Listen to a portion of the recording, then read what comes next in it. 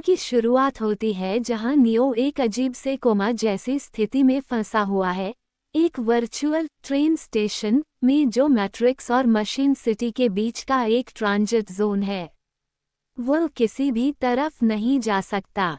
Morpheus और Trinity को Oracle की मदद से नियो को इस जगह से निकालना पड़ता है, जो उसे मेरोविंगियन के हाथों से बचाने के लिए मजबूर करता है।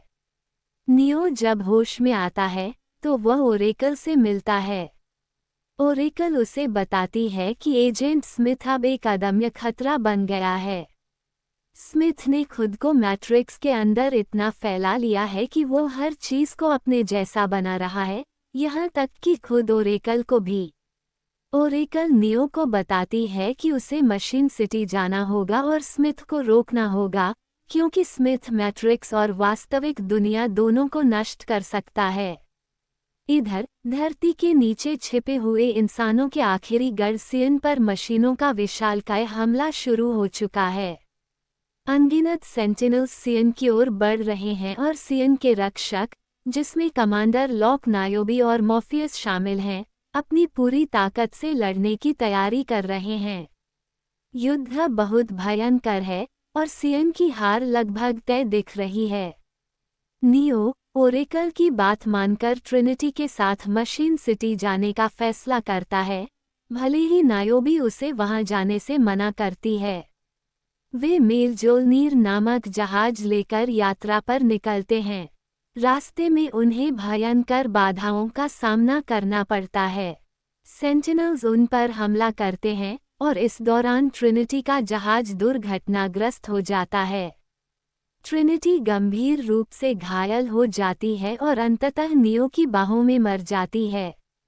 यह नियो के लिए एक बहुत बड़ा सदमा होता है। टूटे हुए दिल के साथ नियो अकेला ही मशीन सिटी में प्रवेश करता है। वहां वह मशीन के प्रमुख डीस एक्स मैकिना से मिलता है।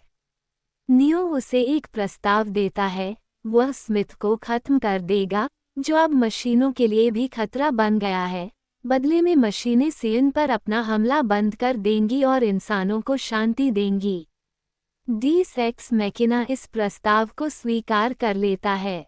नियो मैट्रिक्स में वापस लौटता है और सीधे एजेंट स्मिथ का सामना करता है। स्मिथ अब पहले से कहीं ज्यादा शक्तिशाली हो चुका है। उसने ओरेकल को भी आत्मसात कर लिया है और उसके पास ओरेकल की भविष्य देखने की शक्तियां भी हैं। नियो और स्मिथ के बीच एक भयंकर और विनाशकारी लड़ाई होती है। नियो को पता चलता है कि वह स्मिथ को शारीरिक रूप से हरा नहीं सकता। लड़ाई के दौरान नियो को ओरेकल के अंतिम शब्द याद आते हैं कि हर चीज जिसका एक आरंभ होता है, उसका एक अंत भी होता है। नियो अंततः स्मिथ को खुद को आत्मसात करने देता है। जब स्मिथ नियो को आत्मसात कर लेता है, तो नियो का शरीर मशीन सिटी में मशीन द्वारा ऊर्जा से भर दिया जाता है। इससे एक आंतरिक सर्किट बनता है जो स्मिथ के सिस्टम को ओवरलोड कर देता है।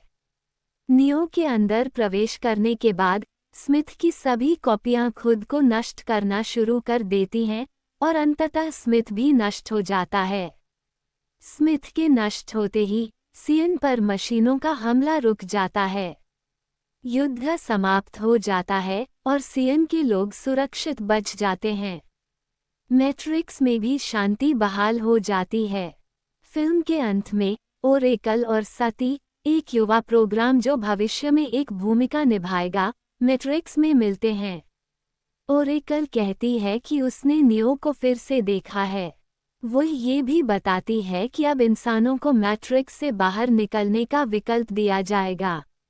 इस प्रकार नियो ने इंसानों और मशीनों के बीच शांति स्थापित करने के लिए खुद का बलिदान दे दिया। ये फिल्म एक नए युग की शुरुआत का संकेत देती है जहां इंसानों और मशीनों के बीच एक नाजुक लेकिन वास्तविक शांति स्थापित हुई है।